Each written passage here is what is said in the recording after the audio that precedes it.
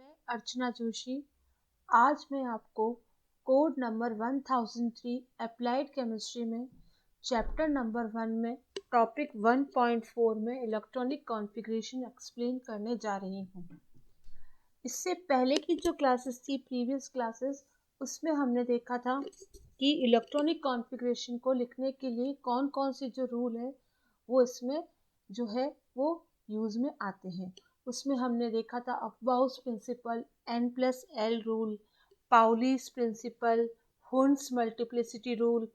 उसके बाद हमने देखा था कि कैसे सीक्वेंस ऑफ फिलिंग ऑर्बिटल्स होता है, और देन हमने देखा था कि वे ऑर्बिटल्स जो कि कम्प्लीटली फिल्ड और हाफ फिल्ड होते हैं वो अन्य जो कॉन्फ़िगरेशन है उससे ज़्यादा स्टेबल होते हैं। अब आज का जो टॉपिक है उसमें हम इलेक्ट्रॉनिक कॉन्फ़िगरेशन को लिखना सीखेंगे। बहुत ही सिंपल है और very important topic from the examination point of view. Electronic configuration of elements. What is electronic configuration? तत्वों का इलेक्ट्रॉनिक विन्यास क्या है? किसी भी एटम के कक्षक, उपकोष या कोश में इलेक्ट्रॉनों का जो वितरण है उसे हम इलेक्ट्रॉनिक विन्यास कहते हैं कि कैसे इलेक्ट्रॉन जो है वो कोश में, उपकोश में और कक्षकों में भरे जाते हैं। किसी भी परमाणु में जो इलेक्ट्रॉन है उसे उसके विन्यास को लिखने के लिए उसे हम एक बॉक्स के द्वारा शो करते हैं, और उसमें जो है इलेक्ट्रॉन को उसके चक्रण की दिशा के द्वारा उसमें लिखा जाता है। किसी भी परमाणु के किसी कक्षक के इलेक्ट्रॉनिक विन्यास को जो रिप्रेजेंट है, प्रदर्शित करने का तरीका होता है n, small n, l, x। n चूंकि हम जानते हैं क्या होता है, नंबर ऑफ मेन शेल, कि कौन सी शेल में 1, 2, 3 इस तरह से। l क्या होगा यहाँ पे, symbol for the sub shell, मतलब उपकोश का प्रतीक है कि S है, P है, D है या F है। उसके बाद जो X है यहाँ पे सुपरस्क्रिप्ट जो बताया गया है, X क्या यहाँ रिप्रेजेंट करता है कि उस उपकोश में इलेक्ट्रॉनों की संख्या कितनी है। तो इस प्रकार किसी भी परमाणु के तत्व के इलेक्ट्रॉनिक विन्यास को व्यक्त करने का तरीका क्या होता है, NLX। मतलब अपन सबसे पहले कोश का क्या लिखेंगे, नंबर, देन SPDF, और ऊपर उसमें कितने इलेक्ट्रॉन्स है उससे लिखेंगे। The distribution of electrons into different shells, subshells and orbitals of an atom is called its electronic configuration. For electronic configuration, an orbital is shown by a box, and in this box electrons are written with their direction of spin by the arrow. The electronic configuration of any orbital can be represented as NLX. Here N represents the number of main shell, that is 1, 2, 3, 4.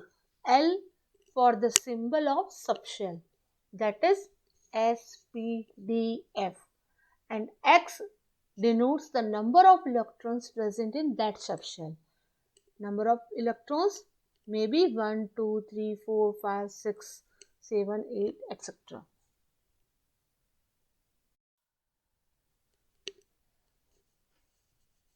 यहाँ पर अपन किसी भी atom के electronic विन्यास को लिखने के लिए क्या करते हैं कि यहाँ पे हम विभिन्न कक्षकों को उनके ऊर्जा के बढ़ते हुए क्रम में लिखते हैं।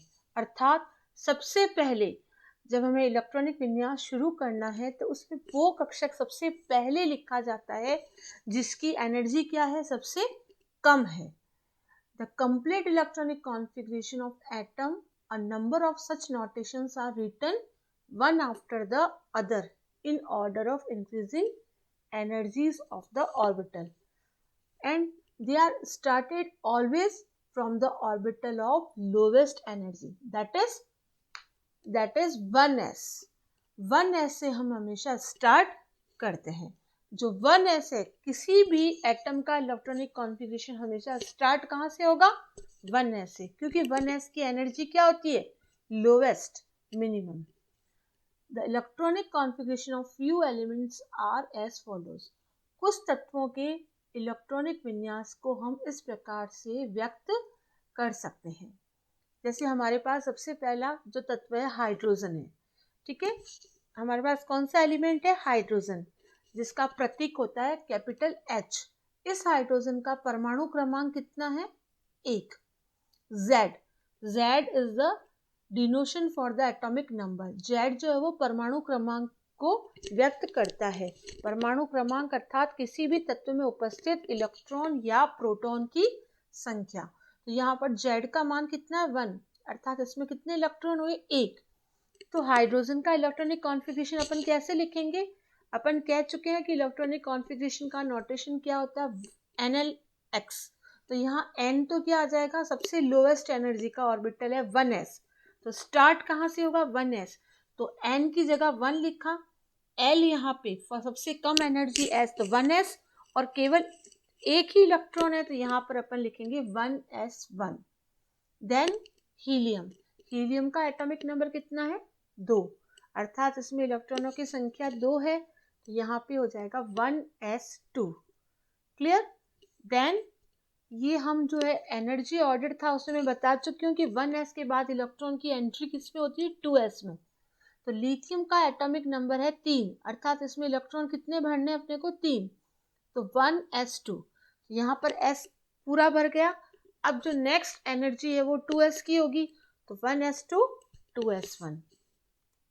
इसके बाद आता है नेक्स्ट कार्बन।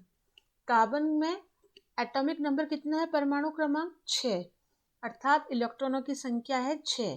तो इसमें क्या होगा? सबसे पहले भरा जाएगा 1s, 1s में 2 इलेक्ट्रॉन आगे 1s2, उसके बाद 1s के बाद कितना है? 2s, 2s2। एक यहाँ पे अपने ध्यान रखना है कि s की कैपेसिटी 2 इलेक्ट्रॉन की होती है मैक्सिमम, p की 6 होती है, d की 10 होती है और f की 14। s can accommodate 2 electrons, p can 6, d can 10, while f can 14। इसीलिए यहाँ पे 1s2 पूरा हो गया यहाँ s, उसके बाद अगेन इलेक्ट्रॉन जाएगा 2s2। अब क्या होगा? 1s2 2s2 के बाद एनर्जी में अब किसका नंबर आएगा? 2p का, और बचे हुए कितने इलेक्ट्रॉन है? 4, तो यहाँ पे पूरे हो गए। अब 2 अपने को फिल करने, तो यहाँ 2p में कितने इलेक्ट्रॉन होंगे? 2। तो कार्बन का इलेक्ट्रॉनिक कॉन्फ़िगरेशन है 1s2 2s2 2p2। Similarly nitrogen में क्या होगा? Z कितना होता है इसका एटॉमिक नंबर? 7, परमाणु क्रमांक है 7, तो 1s2 2s2 2p3। ऑक्सीजन का कितना है एटॉमिक नंबर परमाणु क्रमांक? 8, तो इसका अपन कैसे लिख सकते हैं? 1s2 2s2 2p4। उसके बाद यहाँ पर ये जो टेबल है वो उन एलिमेंट्स के इलेक्ट्रॉनिक कॉन्फ़िगरेशन को शो कर रही है जिनका एटॉमिक नंबर कितना है? 11 से 18, 11 to 18। उसमें 11 है सोडियम का, सोडियम का सिंबल होता है Na। तो यहाँ इलेक्ट्रॉनिक कॉन्फ़िगरेशन इसका कितना होगा? 1s2 2s2 2p6। अब यहाँ पे देखिए p पूरा भर चुका है, 6 2 8 2 10। अब नेक्स्ट 11 इलेक्ट्रॉन जो है वो उसकी नेक्स्ट क्या होगा? 2p के बाद एनर्जी में कौन आएगा? 3s। तो 2p के बाद electron will enter into 3s। तो यहाँ पे हो गया 1s2 2s2 2p6 3s1। इसी तरह मैग्नीशियम Mg12 है, 1s2 2s2 2p6 3s2। इस तरह से हम जो है यहाँ पे जो है वो 3p जो है यहाँ पे कहाँ पूरा हो जाता है? आर्गन पे। आर्गन में क्या है एटॉमिक नंबर? 18। तो आर्गन का क्या होगा? 1s2 2s2 2p6 3s2 3p6, अर्थात आर्गन में p जो है वो 3p पूरा हो गया, पूरा फिल हो गया यहाँ पे। उसके बाद जो आता है इलेक्ट्रॉनिक कॉन्फ़िगरेशन, उसमें है ये एटॉमिक नंबर 21 से 30। अब अपन ने देखा कि यहाँ पे जो है energy 1s 2s 2p 3s 3p, और उसके बाद 3p के बाद 4s में आता है इलेक्ट्रॉन, जो मैं आपको पहले ही बता चुकी हूँ किसमें? n+l रूल में। कि n+l रूल क्या कहता है कि इलेक्ट्रॉन जो है वो 3d की बजाय पहले कहाँ एंटर करेगा? 4s में, क्योंकि 4s की एनर्जी 3d की तुलना में क्या होती है, कम होती है। तो स्कैंडियम 21 में क्या होगा कि यहाँ देखिए 1s2 2s2 2p6 3s2 3p6 4s2, यहाँ तक अपने 20 इलेक्ट्रॉन पूरे हो गए। 1s2 2s2 2p6 3s2 3p6 4s2। अब जो 21st इलेक्ट्रॉन है, 21वां इलेक्ट्रॉन, वो कहाँ जाएगा, 3d में। तो 3d में कितने हुए, एक। तो यहाँ पर आप इसको एब्रिवेटेड फॉर्म में कैसे लिख सकते हैं कि आर्गन जो है वो 18 होता है, इट इज नोबल गैस। तो 18 तक तो अपन स्क्वायर ब्रैकेट में शो कर सकते हैं कि 18 तक तो आर्गन है। अब 18 के बाद अपने को 3 और भरने हैं, तो 18 के बाद आर्गन के बाद 4s2 आ जाएगा 20, तो नेक्स्ट होगा 3d1। सिमिलरली टाइटेनियम के लिए अपन लिख सकते हैं आर्गन 4s2, अब 22 में 3d2, वेनेडियम में 3d3। अब very important electronic configuration from the examination point of view में आता है क्रोमियम। बहुत ही इंपॉर्टेंट है इसका इलेक्ट्रॉनिक कॉन्फ़िगरेशन। क्रोमियम का परमाणु क्रमांक होता है 24। तो यहाँ पर हमने जो इलेक्ट्रॉनिक कॉन्फ़िगरेशन के रूल पढ़े थे उसमें हमने देखा था कि ऐसे ऑर्बिटल्स सबशेल्स जिसमें इलेक्ट्रॉन जो है अर्धपूरित या पूर्ण पूरित हो, वो अन्य कॉन्फ़िगरेशन से ज़्यादा स्टेबल होते हैं।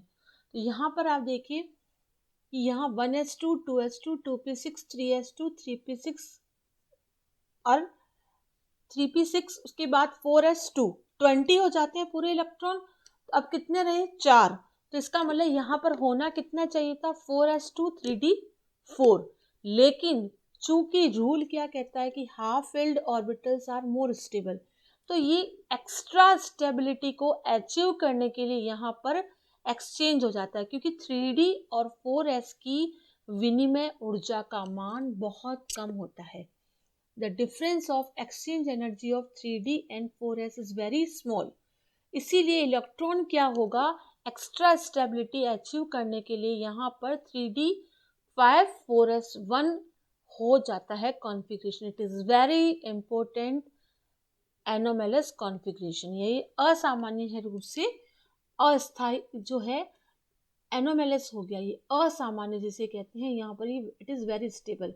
तो क्रोमियम का अगर पूछा जाए एग्जाम में तो गलती से 3d4 4s2 नहीं लिखा जाना चाहिए, ये होगा 3d5 4s1। सिमिलरली ये चलते जाएंगे, वापस ये जो एनोमली होगी वो कहाँ अराइज होगी, असामान्यता, कॉपर पे। कॉपर का एटॉमिक नंबर कितना होता है, 29। तब आप यहाँ देखिए कि 1s2 2s2 2p6 3s2 3p6। अब 3p6 में क्या हो गया, 18 और 4s2 हो गया 20। तो बच्चे कितने अपने पास, 9। तो यहाँ पे अपन लिखेंगे 3d9 4s2। लेकिन वही पॉइंट आएगा यहाँ पे कि यहाँ पर d जो है वो पूरा भरा हुआ ज़्यादा स्टेबल होता है। तो इस स्टेबिलिटी के कारण, इसे अचीव करने के कारण ये क्या करता है, यहाँ 4s2 में से एक इलेक्ट्रॉन ले लेता है 3d। तो इसका जो स्टेबल कॉन्फ़िगरेशन क्या बन जाता है, 3d10 4s1। तो इसीलिए यहाँ इस पूरी सीरीज में डी ब्लॉक एलिमेंट्स है ये सारे, जिसमें क्रोमियम और कॉपर का जो कॉन्फ़िगरेशन है बहुत ही इम्पोर्टेंट है, एग्जाम में पूछा जाता है। Okay, thank you.